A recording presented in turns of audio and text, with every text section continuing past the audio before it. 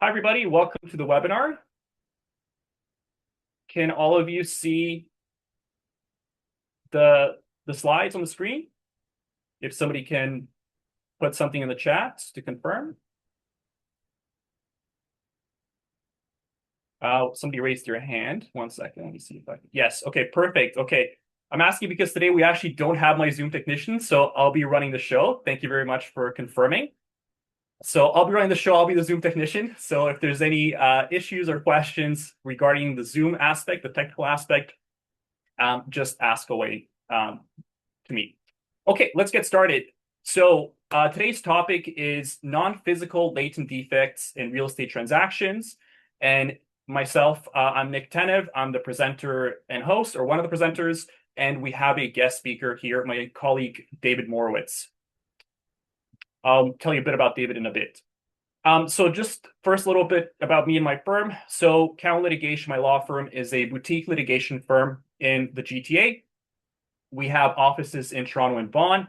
We serve Toronto, the GTA, and rest of Ontario. We have 2 lawyers and 3 support staff, and we practice in the areas of real estate litigation and commercial litigation. Our cases have been featured in Thomson Reuters, the Toronto Star, and also Mondac.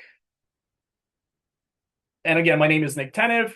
A little bit about me. I started my career on Bay Street.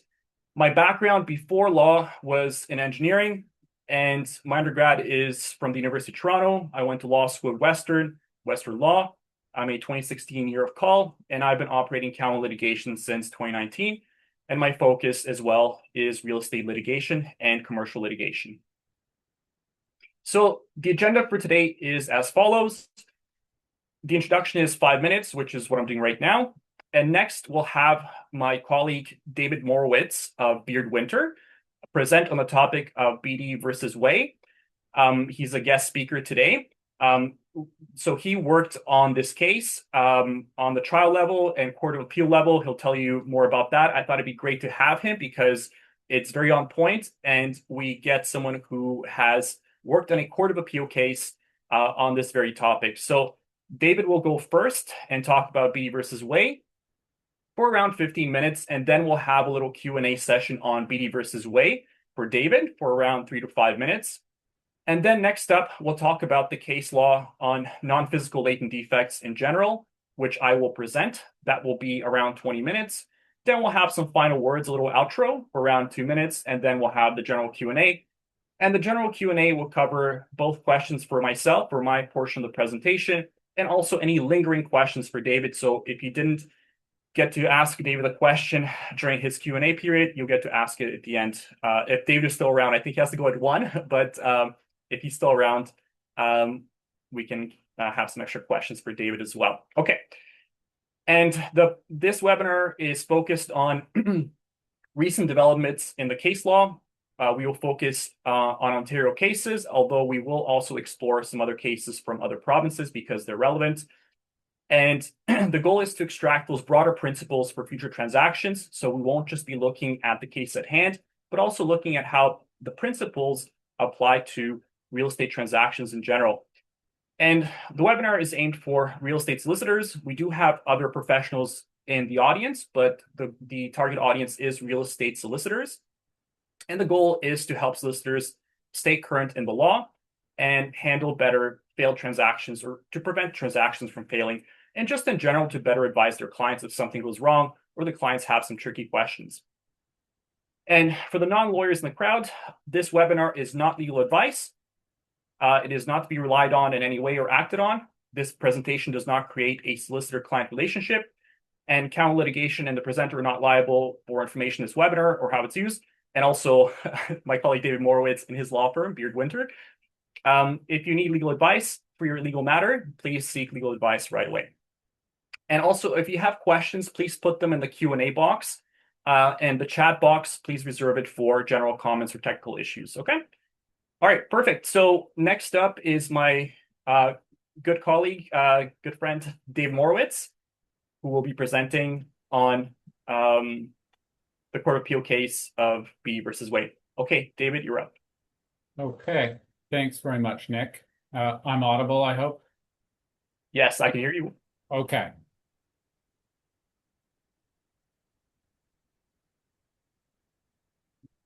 Sorry, just working my PowerPoint slides. No problem. Take your time.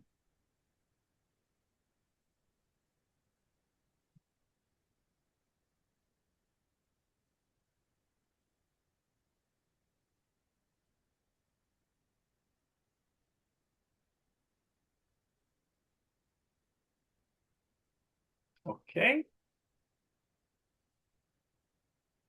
Okay, I can see it. So, hello everyone. Thanks very much for that introduction, Nick. As Nick mentioned, I'm at Beard Winter. I do civil and commercial litigation. I have particular interest in real estate disputes, real estate litigation. I also do construction law as well. And I was debating what picture to put up. My wife said not to put up a typical corporate picture. So that's me in Antarctica last month. My wife and I took a cruise, and that was a penguin on one of our expeditions. So, but to more practical matters. So as Nick mentioned, this was a case I worked on, Beatty and Way. And it started as a, typical real estate transaction. There was an agreement in May of 2016. This used the standard ORIA and TREB forms. The purchase price about $916,000, and there was a deposit of $30,000. And the closing date was August. So there's a May to August period between formation and closing. So as I'm sure many of you have seen, this is a normal real estate clause, certainly before marijuana legalization. This was extremely common. I've still seen it after the legalization of marijuana, but essentially, this is what we referred to as the illegal substances clause, which is pretty standard. And it is a two-part clause. The first part speaks to the seller's knowledge of the property when he was actually owning it, which wasn't at issue in this case. But the second part, which is the underlined and bold part, speaks to the seller's knowledge prior to it owning the property. And specifically, seller's knowledge was the best of his knowledge. The property was never used to produce or grow any illegal substances. And typically, what this is talking about is a marijuana grow up. So, as you will have no doubt surmised by this point, a problem arose with this transaction, which was that the purchaser's real estate agent actually determined that the property had been used as a marijuana grow up. And this was about 12 years before or so, in 2004. And this had been also a few owners back. And the purchaser's real estate agent had actually just Googled the property. And back in a Reddit post or somewhere, it was stated that this property had been used as a marijuana grow up. And the purchaser then wrote to the cops to essentially ask, is this true? And the police responded and said that, yes, they had busted a marijuana grow up there back in 2004. And of importance, it was accepted that the seller had no knowledge of this. And the purchaser then took the position that it didn't want to close. The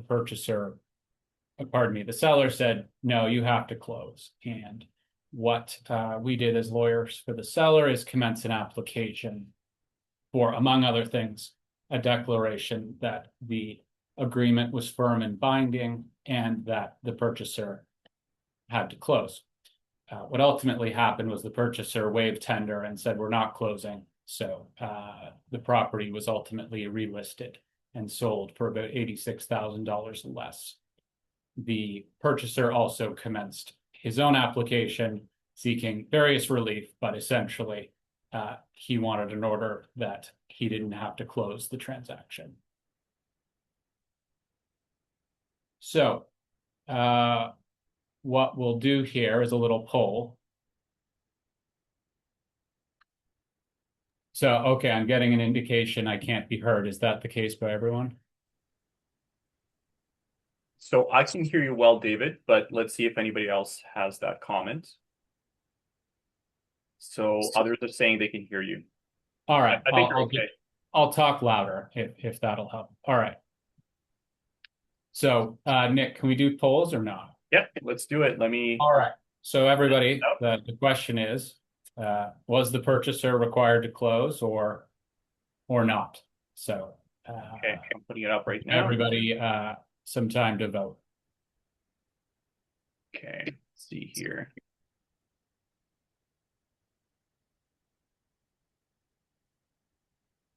Okay, let's see if this worked. Okay, does everybody see the poll? Okay, yeah, people are voting. We'll give you guys a few seconds. No rush. David, can you see the answers or should I read them? I see yes. So it's yes, they were not required to close, or no, they were required to close. Okay, so I think those will be all the answers. So 53 people answered, and it looks like it's very close. 52% said yes, 48% said no. I will now end the poll. Okay, so pretty close, Nick, as you say, almost half to each side.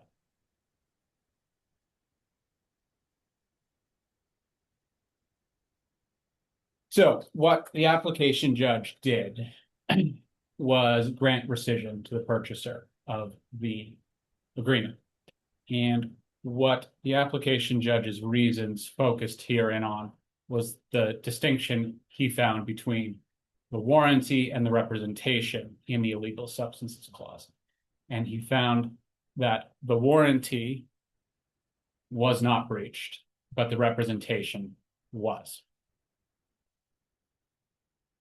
So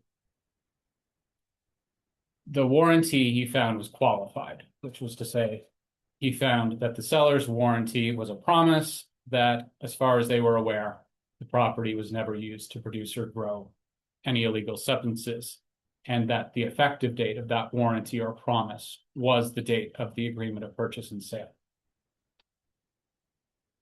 The representation, pardon me, was different in his analysis.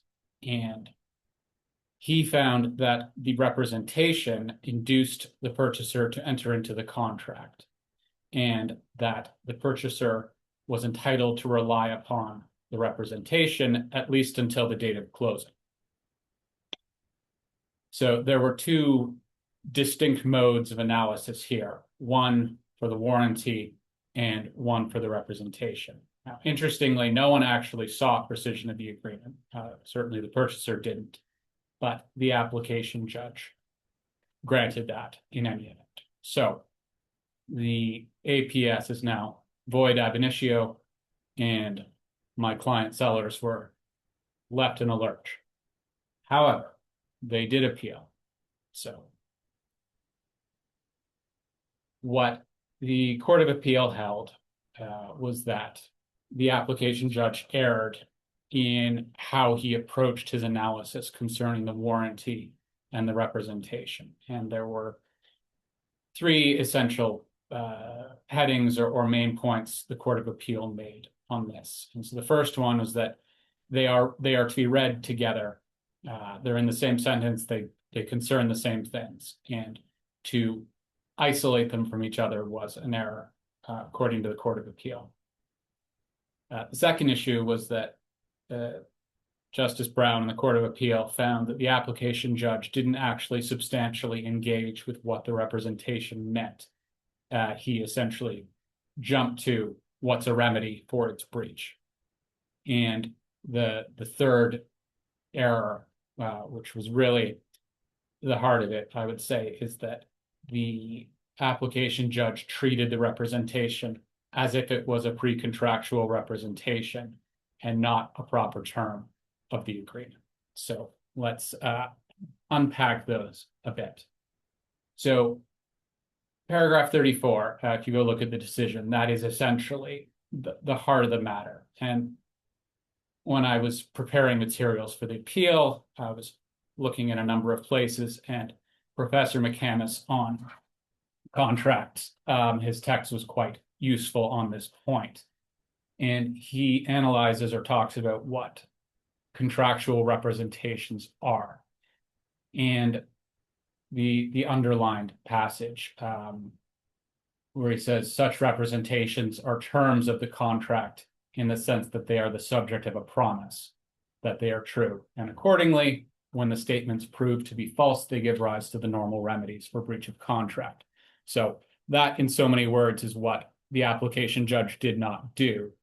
He treated the representation as if it wasn't a term of the agreement and conducted a sort of pre-contractual representation analysis.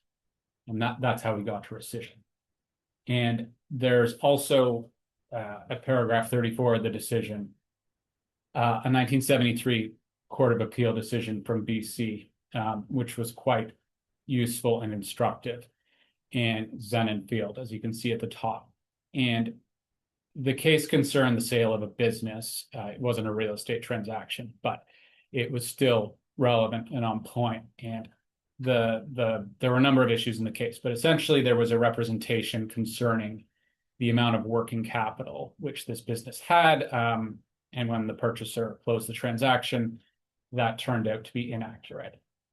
And what the court here stresses is that regardless of whatever the representation was before the contract, it essentially became embodied in the agreement. And at that point, it's a contractual term and it needs to be analyzed as such.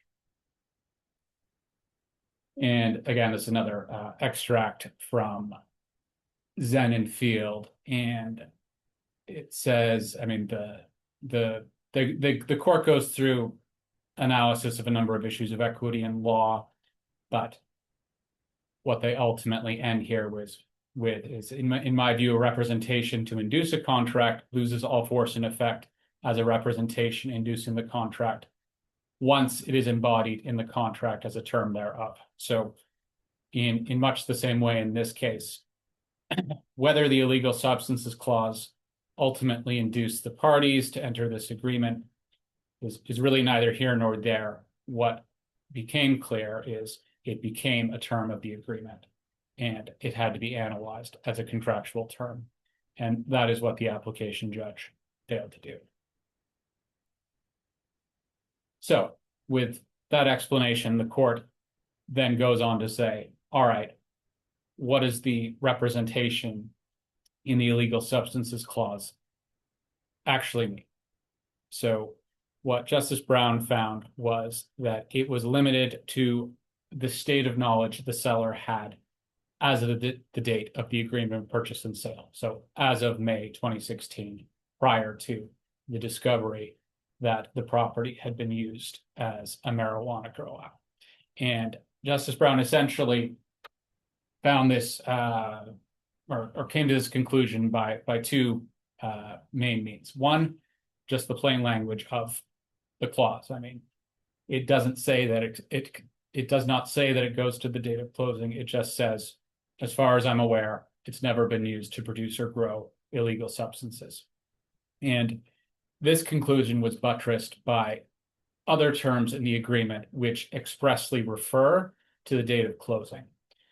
So there were three in particular in this case. The first was the typical non-residency clause, which I think is section 17 in the Treb and Oria forms, where the seller represents and warrants that it is not, and on closing will not be a non-resident. So there's an express reference to when that warranty and representation is effective.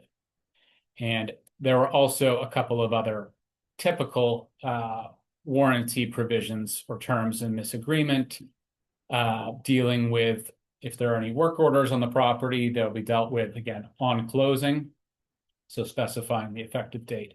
And then there was also a rep and warranty concerning electrical and mechanical components being in good working order on the date of closing. So on that basis, Justice Brown said, well, the effective date of the representation is only as of the date of the agreement.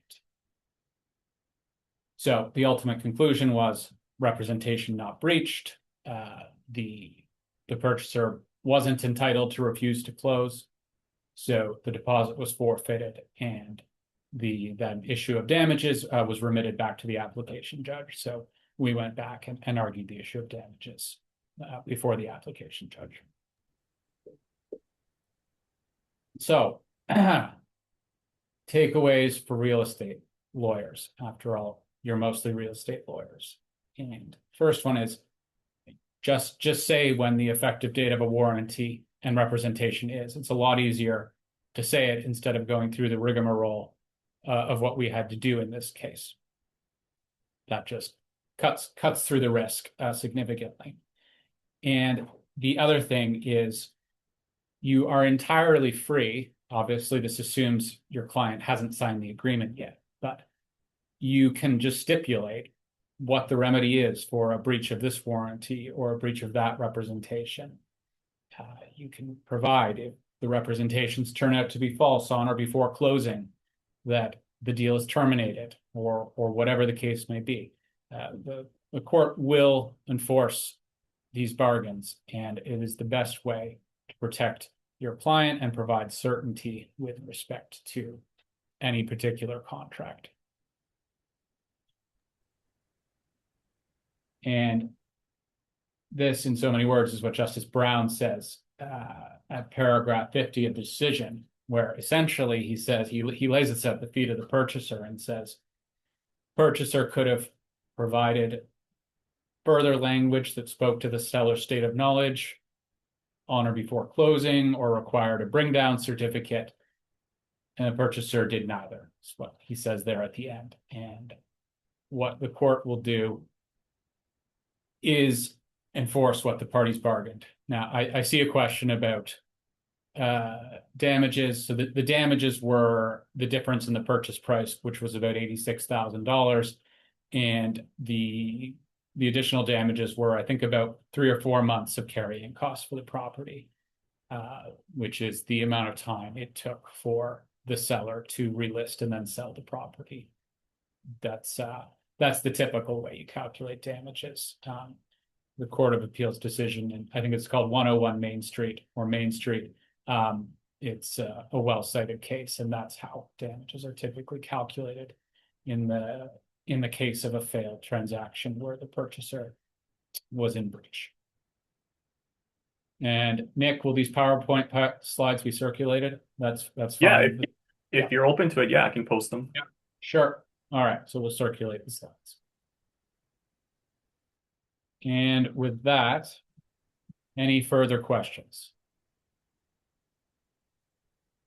So David, I'll ask you a question if that's okay while the audience prepares theirs. So first of all, very interesting presentation, very interesting case, very technical, and also very relevant because I think these representations are found very often in agreements of purchase and sale, and they're worded pretty loosely. They don't specify, as of what date the knowledge is and things like that. So very, very relevant case. But I'm wondering, what was the thought process in appealing this case? How did you know you had a good case? So the clients are always unhappy when they lose. It was a disappointing decision for me. I'd worked extensively on this, and the application was heard on a Friday, and we got the decision on the Monday. So he had essentially already made up his mind by this point. But my boss and I at the time were rather confident on this appeal. So what we ultimately told the client was, if we appealed and did not win, we would not charge them. And I did a lot of research, and the passage from McCamus was extremely persuasive. The Court of Appeal found it persuasive. And in particular, Zenenfield was also very on point. I spent a lot of nights looking for cases and was quite happy when I found that decision. And I mean, it's just a reference at paragraph 34 of the decision, but it was really quite determinative, I would say, on the appeal. Did your client need some convincing, or they were pretty pretty eager to appeal as well.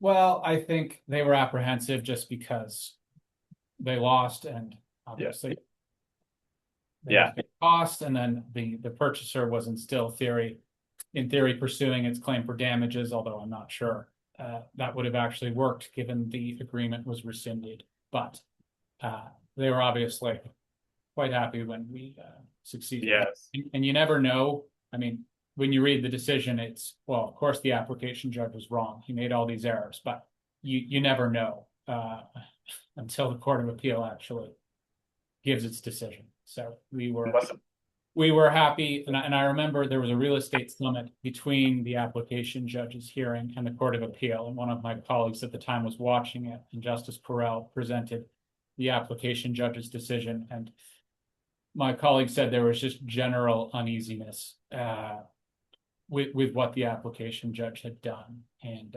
unfortunately the Court of Appeal corrected, in my view, what was an incorrect decision. That's great. Yeah, it must have been a big relief. Great. So I think this is a question here. While this application was successful for your client, it shows the realtor, when representing your client, did not do his Google search correctly.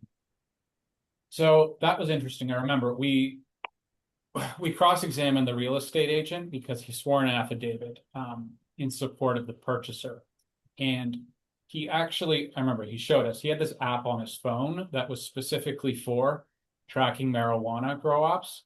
And he actually he pulled out his phone and put in the address, and it actually showed on the app other marijuana grow-ops around this particular property. It was a part of Scarborough, I guess, that it's not uncommon to have marijuana grow-ops, and it's just he actually, it wasn't clear why he started Googling the property, but he did in any event, and it was deep 14, 15 pages into a Google search. And the interesting thing here is I can say all these things after the fact. Unfortunately, most people don't go to see their lawyer before they enter into an agreement.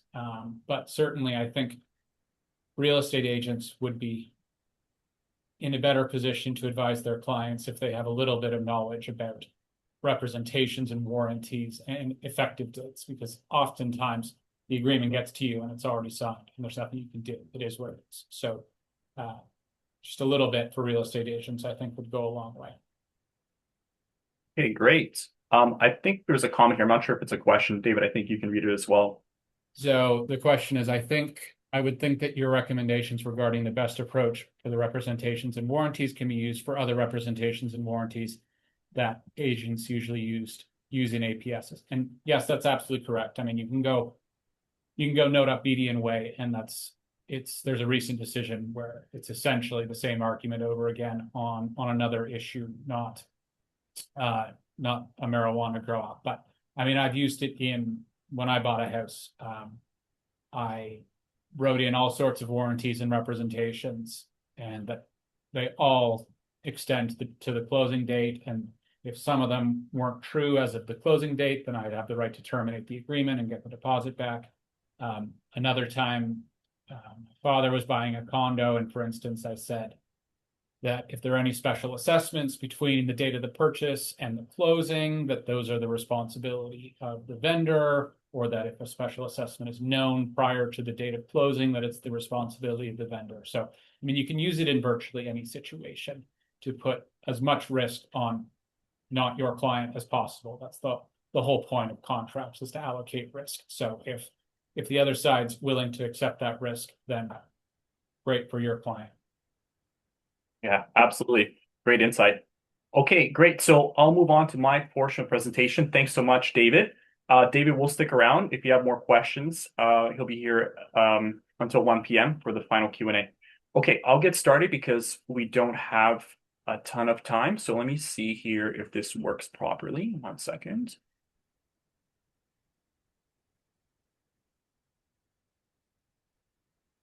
As mentioned, getting my Zoom technician is away, so it's me doing the technical work. So I'll need a second here.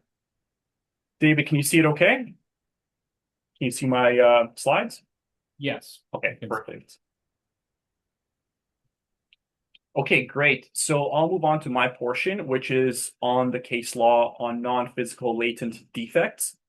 And the agenda is first, we'll look at the law on latent defects in general. So there was a webinar that I did last month on that, but we'll do a little refresher for those who didn't attend that webinar. And then we'll look at a few cases, starting with some early seminal cases, such as Knight versus Dion, a 2006 case, and also Sumac versus Allen, a 2003 case.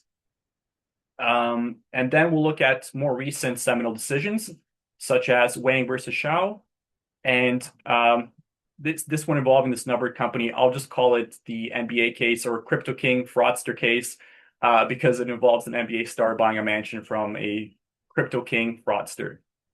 And then a few more cases if we have time, just kind of quickly, just to give you more examples of latent defects that have been alleged and what the courts have said. Okay, so let's jump into it. So it's important to kind of remind ourselves what types of defects there are. So as I covered in last month's webinar, there are latent and patent defects. So latent defects are essentially hidden, not so obvious defects, whereas patent defects are obvious. They can be relatively easily seen through a routine inspection of the home. And the general concept that governs these purchase and sale transactions of real estate is the concept of caveat emptor. So that's a Latin word or a Latin phrase, which means essentially buyer beware. So the buyer has to do their due diligence to satisfy themselves that the property is fit for their use. The seller does not have an obligation in general to disclose things that are wrong with the property, such as defects. And there are some exceptions to caveat emptor, such as the ones found in the McGrath case and the Swayze case. So McGrath is a 1979 case which carved out an exception saying that if there is a latent defect, so a hidden defect essentially, that makes the property unfit for habitation or dangerous, then the seller does have to disclose it. So it carved out a small exception. And then Swayze in 2001 made that exception broader. And the judge in Swayze said that, first of all, loss of use, occupation, or enjoyment of the property. If there's a defect that results in loss of use, occupation, or enjoyment of the property, or a portion of the property, then that defect must be disclosed. So we see kind of a softening, a broadening of this exception where not just defects that results in danger or the property being unfit for habitation, but also other things makes it so the seller has to disclose the defect. And also the entire property does not have to be unfit for habitation or dangerous. Just the material or meaningful portion of the property is enough. But the law on latent defects is not clear cut. The cases can be surprising. And the tests of McGrath and Swayze are pretty nebulous. You know, what is unfit for habitation? What is dangerous? What is a meaningful portion of the property? So last time we covered physical defects, which are probably the more common defects, such as a crack in the foundation, a leaky basement. So things that are problems with the structure of the property. And this time we'll look at non-physical defects and especially latent defects. So non-physical hidden defects in the property.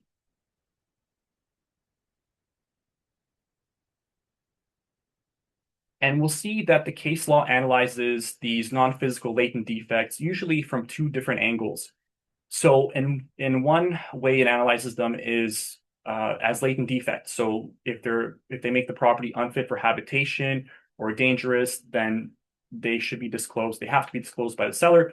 But also sometimes the courts analyze it from the perspective of misrepresentation, which is what we saw in David's presentation just now.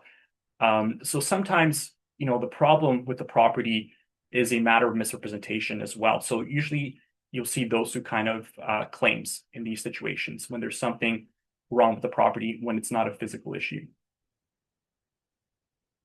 And the misrepresentation, of course, can be the seller saying something that is not true, or when they're asked a question, they don't answer truthfully.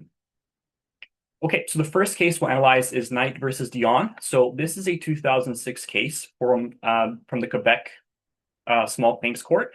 And you might think, okay, this is a small claims court from Quebec, from a different province. They have a different legal system.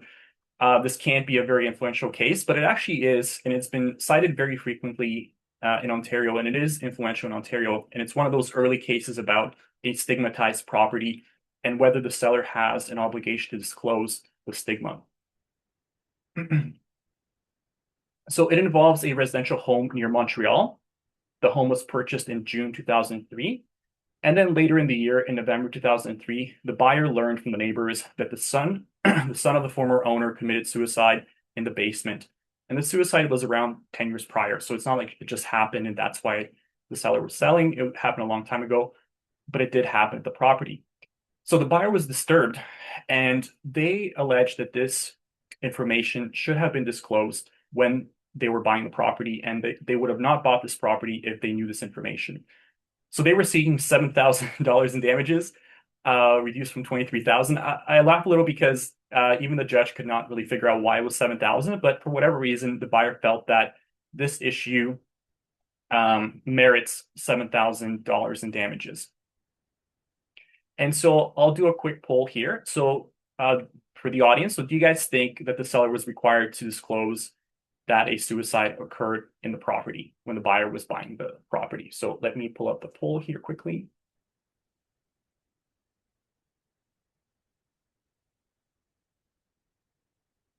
Okay, you should be able to see it.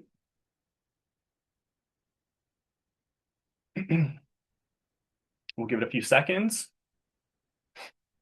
Okay, so 49 people answered. Okay, a few more people are answering.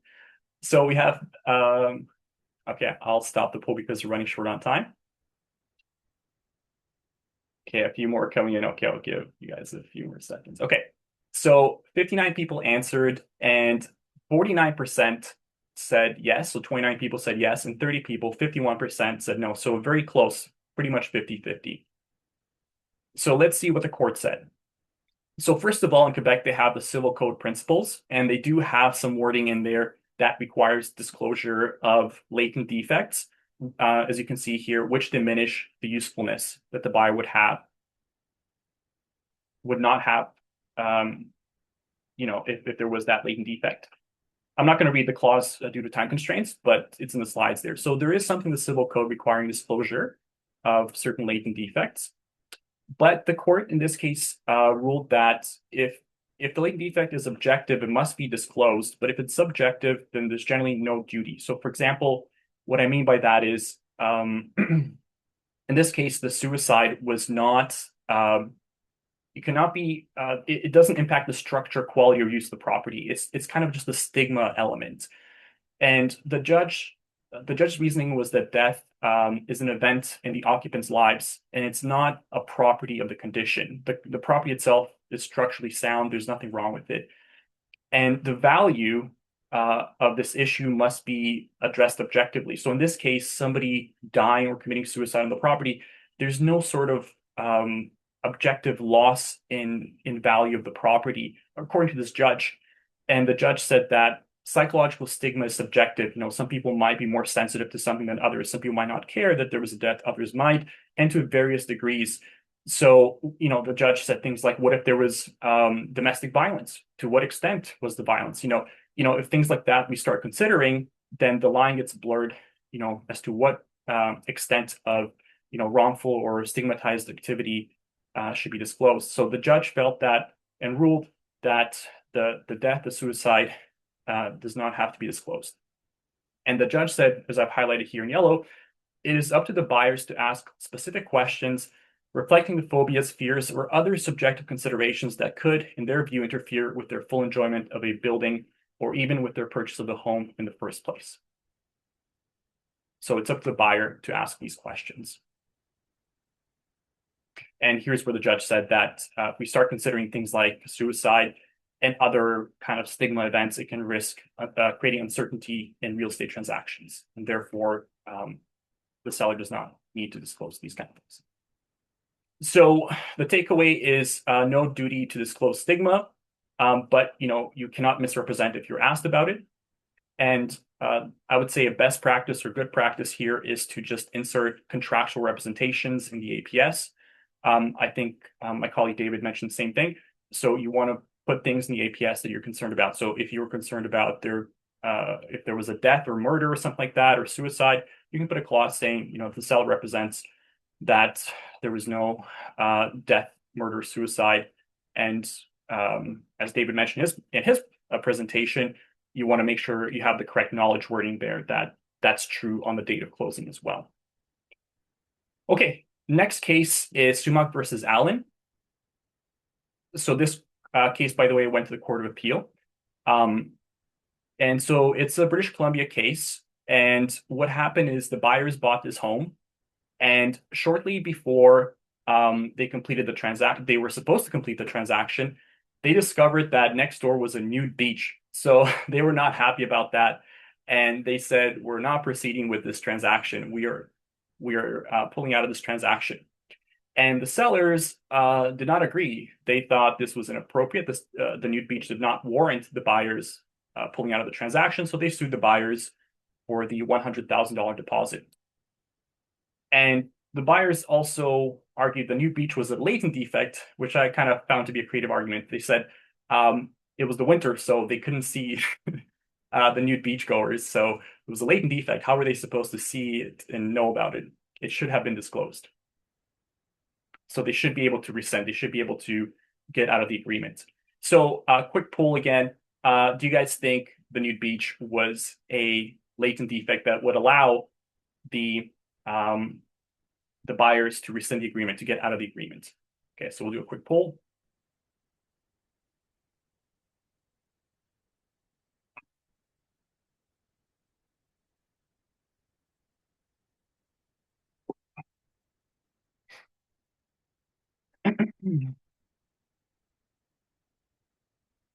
Okay, so 55 people voted and 22%, so 12 people said yes, and then 78%, so 43 people said no. So let's see what the judge said. So the judge said no, the nude beach does not allow the buyers to rescind the agreement. It is not a latent defect or any defect at all. And the buyers had an opportunity to investigate the neighborhood. And the judge essentially said that this is something based on subjective preferences. So the judge ruled that this is sort of a subjective element and is therefore not a latent defect.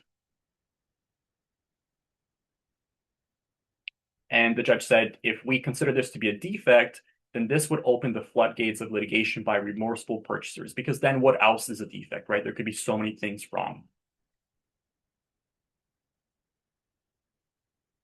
So again, this reminds us that, or continues the trend of the court's ruling that stigmas are not defects, and there's no duty to disclose these things or external neighborhood conditions if there's something bad or subjectively bad going on in the neighborhood.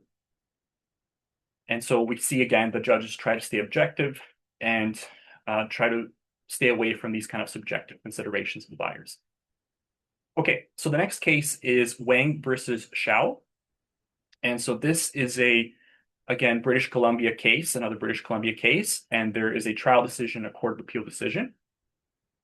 So in this case, the facts are as follows. So this is a luxury home in Vancouver with around a $6.1 million purchase price. The APS is from September 2009 with a closing date of November 2009.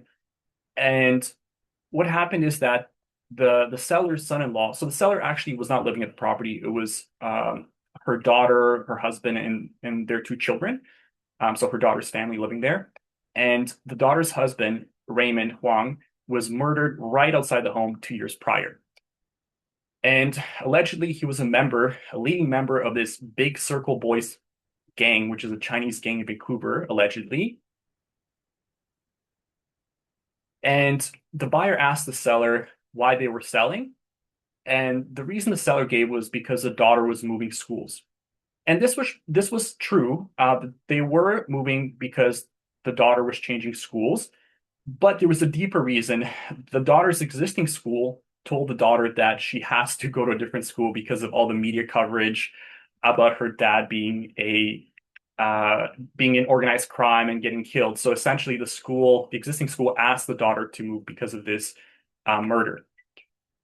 And so the buyer, after receiving this answer, this kind of superficial answer that the house is being sold because the daughter is changing schools, the buyer later discovers the murder and refuses to close.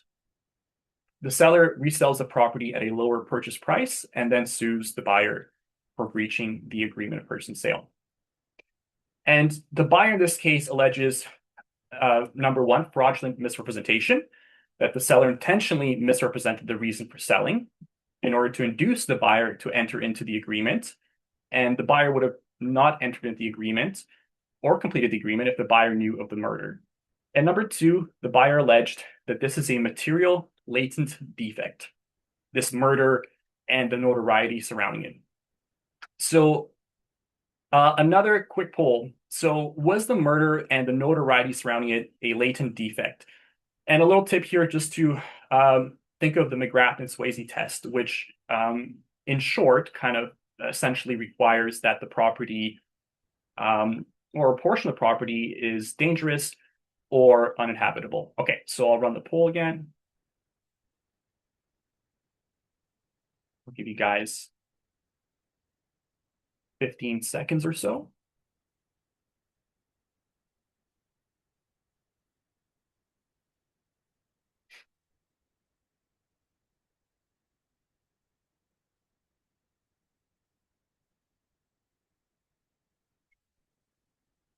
Okay, so 51 people answered, and 26 people, so 51%, said yes, and 25 people, so 49%, said no. So very close, very interesting.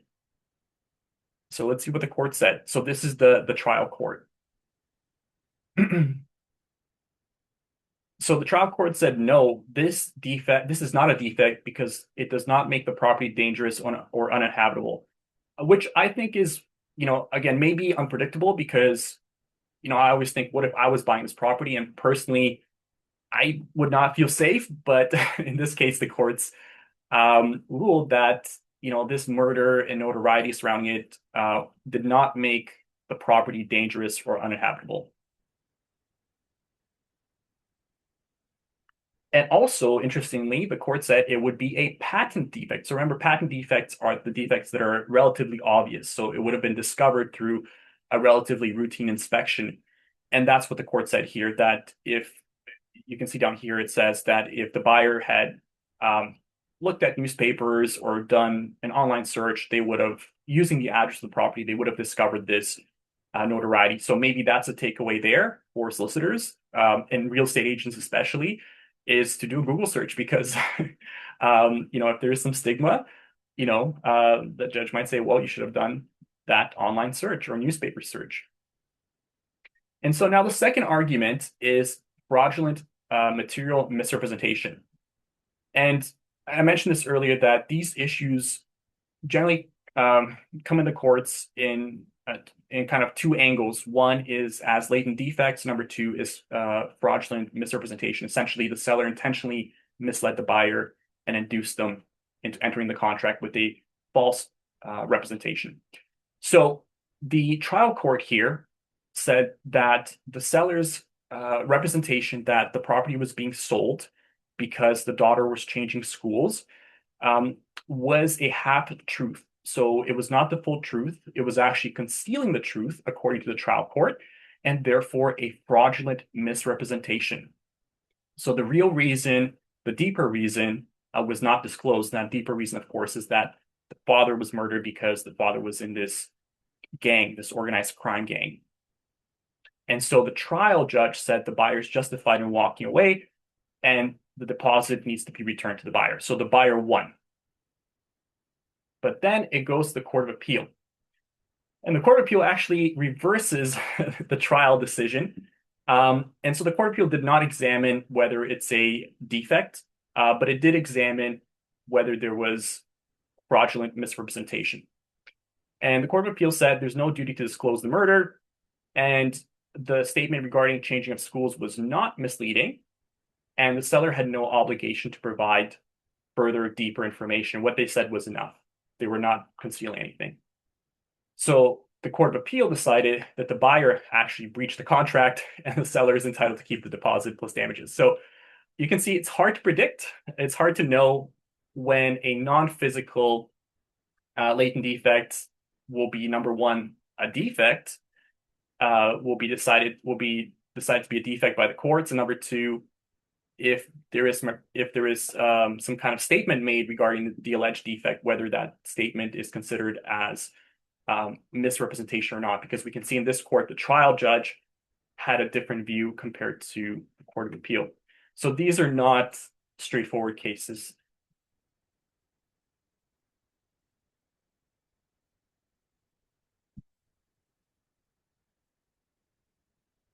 So I'm just skipping a quote here due to time constraints, but it just explains the judge's reasoning in more detail.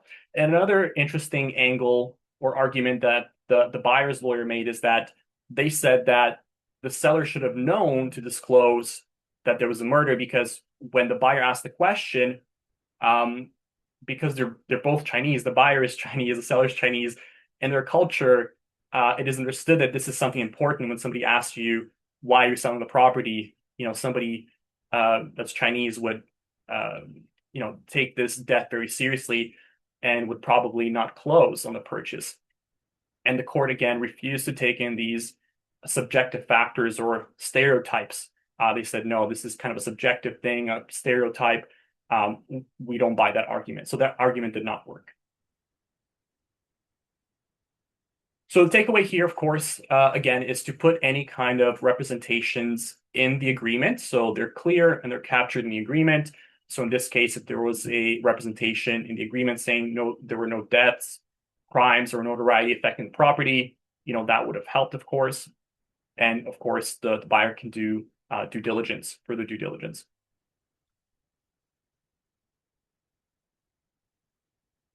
And if the seller is asked, why are you selling?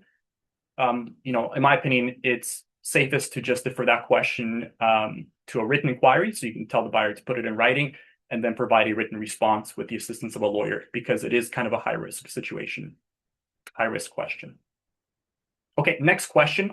Next case. We don't have a lot of time left, so we'll move on to the next one. So this one is a case between two numbered companies, but I've named it the Crypto King Mansion case. That is obviously not the case name, but it just makes it easier than pronouncing the numbered company names.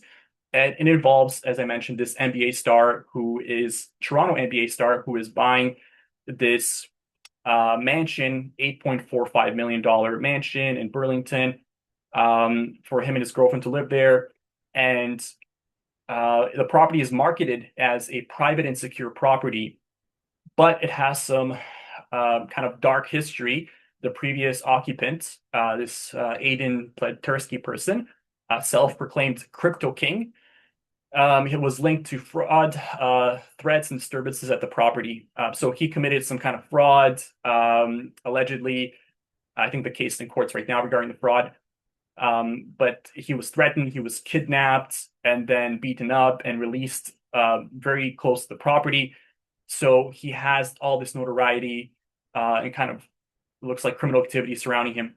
And he's accused of defrauding investors for over $25 million.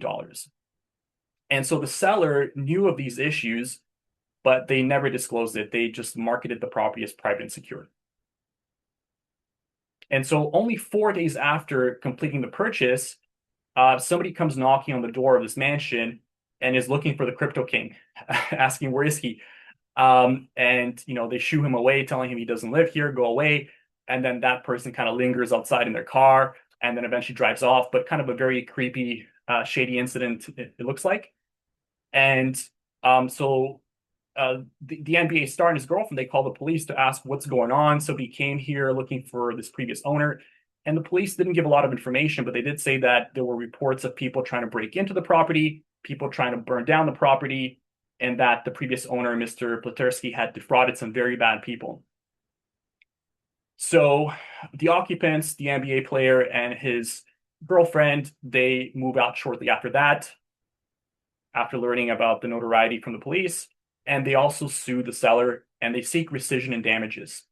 They allege, as usual, as I mentioned before, number one, fraudulent misrepresentation, and number two, failure to disclose a latent defect. So again, we see how this kind of issue is presented as a claim for fraudulent misrepresentation, and number two, failing to disclose a latent defect. So let's examine just the latent defect aspect. Was the situation with this property, the unwanted visitors, the notoriety, kind of the shady history, a latent defect? Let me run this poll. So A is yes, B is no.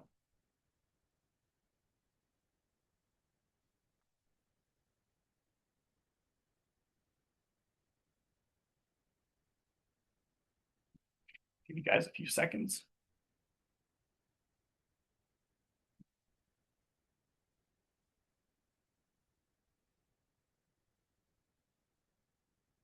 Okay, I'll stop the poll. So 52 people answered and 27 out of 52, so 52% said yes, and 25 people, so 48% said no. So again, very close. It shows you how difficult these cases are to predict. So the trial judge said that the ongoing safety risk at this property is actually a latent defect that rendered the property unfit for habitation. So the takeaway there is that safety risk can be a latent defect. So as I mentioned earlier in the presentation at the start, or I at least, or many lawyers think of latent defects as physical defects with the property, a crack in the foundation, leaky basement, but it can be a safety risk as well. It doesn't have to be a physical issue with the property, with the structure itself. And also in this case, an argument was made that the risk is actually from outside the property. So it's actually not a risk with the property, but a risk from outside. That's one of the arguments that was made. But the judge said, no, that doesn't matter where the risk originates, where it stems from. The fact is that it affects the property. These, third-party people can come on the property and potentially harm the occupants, burn it down, whatever. The Court of Appeal did not examine the latent defect issue, however, but that's what the trial court said. And the second issue is whether there was a fraudulent material misrepresentation. And so in this case, the judge decided that the sellers did know of the notoriety surrounding the property. The seller had an employee stay at the property to watch it, and that employee was being harassed by random people coming essentially every day. We can see a quote here. The employee's wife refused to stay at the property. The seller knew that the Crypto King was kidnapped with a $3 million ransom, and that he was released with blackened eyes, so that he was beat up. So the seller knew of these things. The seller knew that people were coming to the property on a regular basis, harassing whoever's living there, looking for the Crypto King, and that the Crypto King, was involved in this kind of notoriety, and that he was kidnapped. So the court found that the representation of the property being private and secure in the marketing materials was false. That was not a valid representation. That was a false representation, a fraudulent misrepresentation. And yeah, the failure to disclose this information amounted to fraudulent misrepresentation. And so the takeaway here is that a few takeaways. So one is that rescission was granted, which is not very common. It's not a very common remedy, but in this case, it was granted. So that means essentially the transaction is undone, as if the parties never entered into the agreement. And so in this case, rescission was granted. This indicates rescission can be granted by the courts. It's alive and well as a remedy, and it's a powerful remedy that can be granted by the courts. And a takeaway is that sellers must be careful when making statements in the MLS listing or when marketing the property. Broad statements like private and secure can attract liability if the property is not really private and secure. And of course, defects can extend beyond the structure. It can include serious safety risks. Okay, we're at 1 o'clock, so running a bit late, but I'll just do these cases super quickly. So this one, Dennis versus Gray, 2011 case. So 3 more quick cases. So the buyers are a couple with a young child or young children, and they bought the home, and subsequently after closing discovered that across the street lives this person who was charged, convicted for having these inappropriate child materials, inappropriate to say the least. So a criminal, a convict in the neighborhood. And so in this case, the judge, I was going to run a poll, but we're running late on time. We're running short on time, so I won't do the poll. But This was not a trial. It was a motion to remove this claim from the statement of claim. So the defendant said, this is obviously not a proper claim. It's obvious that this convict in the neighborhood is not a valid claim. So judge, please delete this claim. And the judge said, no, it's not obvious. So essentially the judge in this case said that potentially a convict nearby can theoretically be a latent defect. The judge didn't say it is, but essentially there is a chance. And this is seen as a very wide interpretation of what a latent defect might be. And some other cases which have said that are down here, this Empire Communities case and also Wang versus Shao. So this is kind of a very wide interpretation that even a convict in the neighborhood can potentially be a latent defect. Next case is this one, Godin versus Genovac. There was a landfill nearby the house, 3 blocks away, but the landfill was not dangerous. It did not pose a health hazard or other danger. So the judge said, this is not a latent defect. There's no obligation for the seller to disclose this landfill. So again, this is a good case for solicitors because there might be some, something in the neighborhood which can be, not desirable, like a landfill, who knows what else. But this case indicates that does not have to be disclosed unless there's a health issue that it poses. And then this one here, so basically the buyer bought this commercial property, and then the director of the selling company was involved in some newspaper story where they made some statements that the property had a ghost, it was haunted. It was kind of like made in a joking manner, but the buyer did not see it that way. So this was after the property was already purchased and the transaction was completed. So the buyer was upset that this was not disclosed. So they sued the seller to say, hey, you should have disclosed this, that there might have been a death, murder, or a ghost here. And so was there a duty to disclose? No duty to disclose because as previously analyzed, it doesn't make the property dangerous. It doesn't make it unfit for habitation. And this is a subjective consideration, and the courts don't take into consideration these subjective factors that buyers might have, these phobias or concerns that are subjective.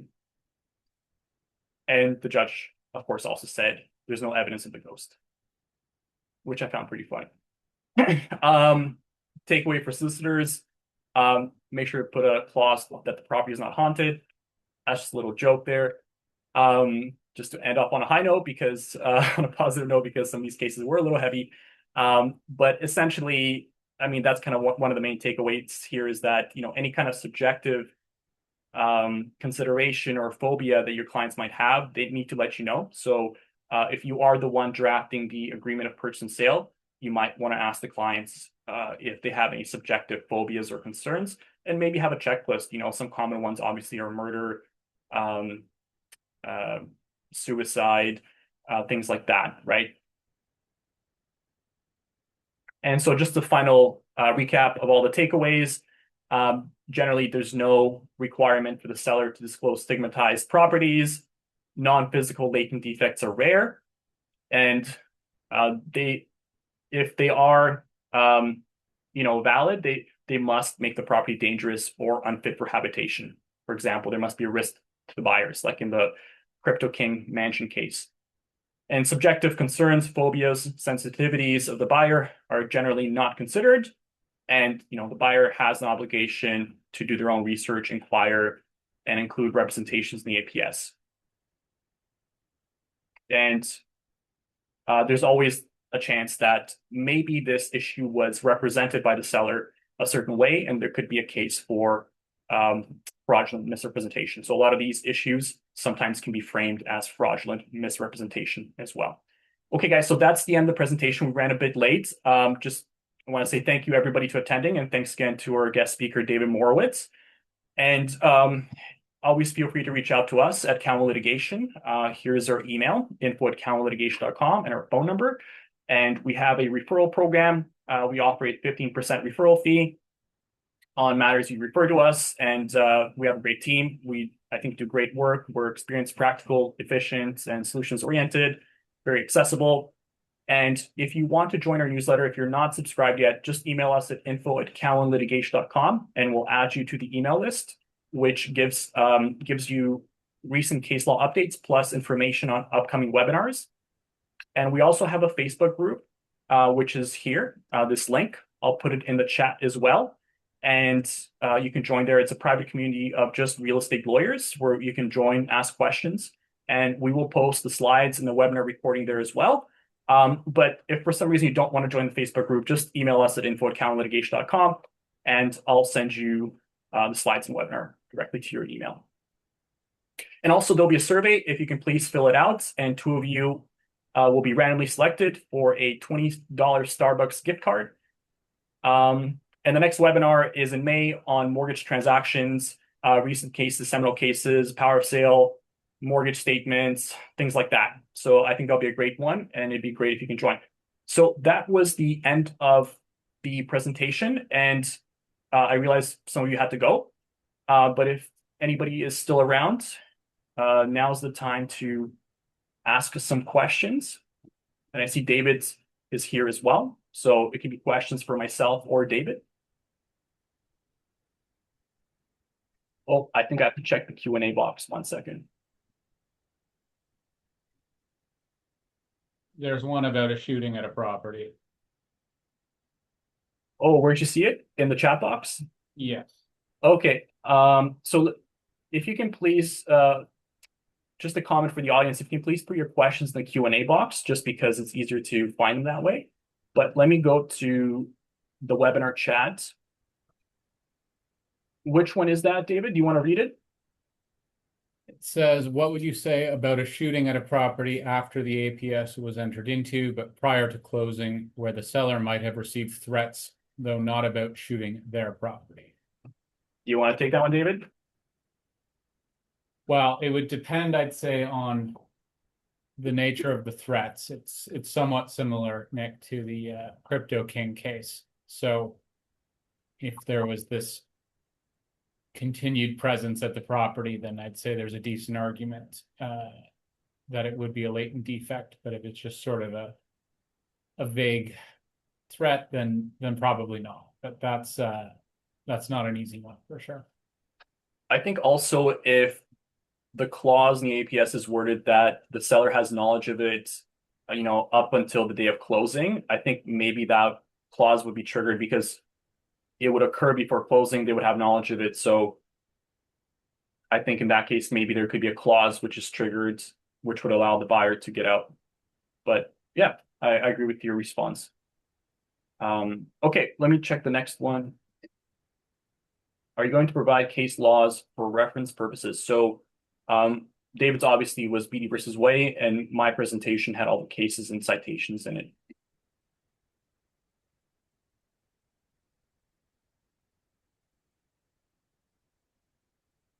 Somebody said the main issue, as you said, is that realtors use the boilerplate and legal is brought in after all conditions are removed and the contract is binding.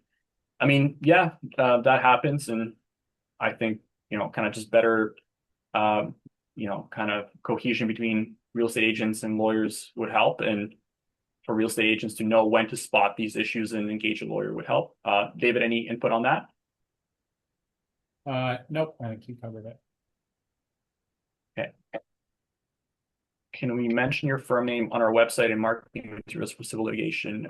Yes, feel free to mention myself or David. Will you be covering rent-to-own scenarios in future webinar? You can put it in the survey. There's a question about suggested topics.